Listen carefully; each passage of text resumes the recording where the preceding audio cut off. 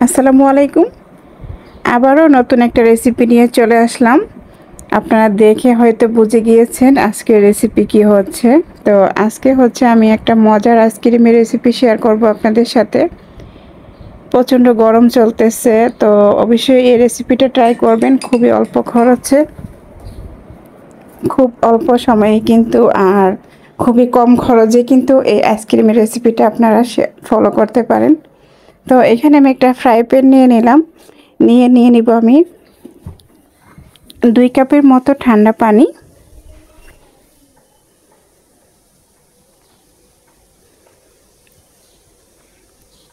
দুই কাপ ঠান্ডা পানির সাথে আমি 1 কাপের মতো গুঁড়া দুধ দিয়ে দিব।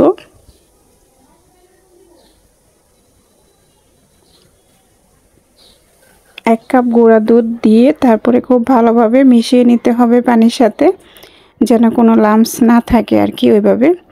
তো আর এই আইসক্রিমটা হচ্ছে কাস্টার্ড আইসক্রিম। আমি এখানে কোনো আইসক্রিম পাউডার দিব না, আমি কাস্টার্ড দিয়ে বানাবো। এই তো এখানে আমি 2 টেবিল চামচের মতো কাস্টার্ড পাউডার নিয়ে নিলাম। এই কাস্টার্ড পাউডার কিভাবে বানাতে হয় তার একটা রেসিপি কিন্তু আমার চ্যানেলে দেওয়া আছে।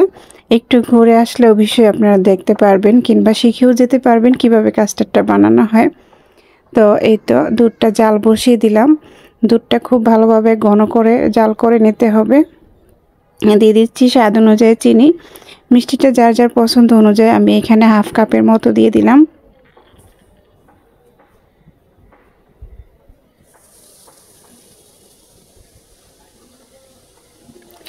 দুধটাকে খুব ভালোভাবে জাল করতে হবে। আর এই আইসক্রিমটা তো আমি বলেই দিলাম, কোনো আইসক্রিম পাউডার ছাড়াই কিন্তু বানাবো আমি।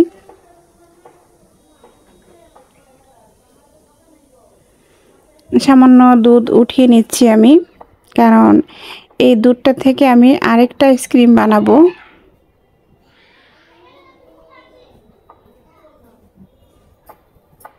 এখন দিয়ে দিলাম আমি গুলে রাখা কর্নফ্লাওয়ারটা। দিয়ে দিচ্ছি সামান্য 1/2 চা চামচের মতো ভ্যানিলা এসেন্স। ভ্যানিলা এসেন্সটা দেওয়ার কারণে খুব সুন্দর একটা ফ্লেভার আসবে। আর দিয়ে দিচ্ছি সামান্য ইয়েলো ফুড কালার। এটা অপশনাল, কেউ চাইলে দিতেও পারেন, না চাইলে নাও দিতে পারেন। আরও সামান্য একটু ফুড কালার দিয়ে দিলাম। আপনারা আপনাদের ইচ্ছা মতো যে কোনো কালার দিতে পারেন। আমি এখানে ইয়েলোটা দিলাম। ইয়েলোটাই খুব সুন্দর মানাবে এই আইসক্রিমটার সাথে। দেখতেই পাচ্ছেন খুব সুন্দর একটা কালার চলে আসছে কিন্তু, আর দুধটাও কিন্তু খুব ভালোভাবে জাল হয়ে গেছে। এখন ঠান্ডা করে নিব, নিয়ে আমি একটা বক্সে ভরে রেখে দিব আমি 5 থেকে 6 ঘন্টা। যেহেতু এখন গরম বেশি, সেই ক্ষেত্রে টাইমটা একটু বেশিই লাগবে। 5 থেকে 6 ঘন্টা পরে ফিরে আসলাম। আবার শীতের দিন হলে কিন্তু মাত্র 3 ঘন্টা রাখলেই কিন্তু জমে যায়। তো দেখতে পাচ্ছেন এখন ফ্রিজ থেকে নামিয়ে আমি এটাকে একটা বলে নিয়ে নিলাম বিট করার জন্য। এটাকে ফুল দিয়ে তারপরে বিট করে নিতে হবে একটু টাইম নিয়ে। খুব ভালোভাবে বিট করা হয়ে গেলে একেবারে দোকানের মতো আপনি একটা আইসক্রিম পাবেন। দেখতে পাচ্ছেন এখানে আমি 2 কাপ দুধ নিয়ে পানি নিয়েছিলাম, আর 1 কাপ দুধ, সেটা দিয়ে আমি 2টা আইসক্রিমের রেসিপি করব।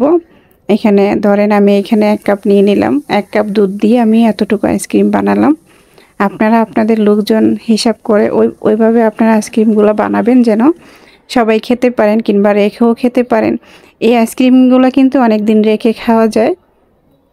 তো আবারও একটু বিট করে নেব। আর আমার ঘরে অনেক রকমের আইসক্রিম বানানো হয়ে গেছে, তো আমি এখন অল্প অল্প করে বানিয়ে আপনাদেরকে দেখাচ্ছি। আর আমার ঘরে এত বেশি লোকজন নাই যে এত বেশি করে বানাবো, যাদের আইসক্রিম অনেকগুলো বানানো হয়েছে আর কি, তার জন্য আমি কম করে বানাচ্ছি, শুধু আপনাদেরকে দেখানোর জন্য। খুব সহজ কিন্তু আইসক্রিম বানানো, শুধু উপকরণগুলো ঠিকঠাকভাবে দিলেই কিন্তু আপনার আইসক্রিমটা একেবারে দোকানের মতো পারফেক্ট আসবে। আবারও 2 ঘন্টা ফ্রিজে রেখে দিয়েছিলাম বিট করে। দেখুন এখন এটা কেমন হয়েছে। একটা টেবিল চামচের সাহায্যে আমি পরিবেশন করে দেখিয়ে দিচ্ছি আপনাদেরকে। আপনারা চাইলে তো আইসক্রিমটা পরিবেশন করে নিচ্ছি, দেখতে থাকুন। খুবই সুন্দর একটা কালার আসছে, কিন্তু যেমনি কালারটা আসছে ইয়াম্মি দেখতে লাগতেছে, খেতেও কিন্তু আরও মজা হয়েছে। তো আপনারা আসলে বানিয়ে যখন খাবেন তখনই বুঝতে পারবেন, মুখে বলে আর বোঝানো যাবে না।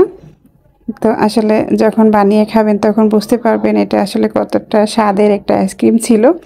এই গরমে একেবারে আত্মা ঠান্ডা করে দেওয়ার মতো একটা আইসক্রিমের রেসিপি। খুবই অল্প খরচে কিন্তু আপনারা এরকম আইসক্রিমগুলো বাসায় বানিয়ে বাচ্চাদেরকে সারপ্রাইজ করতে পারেন, কিংবা নিজেরাও খেতে পারেন।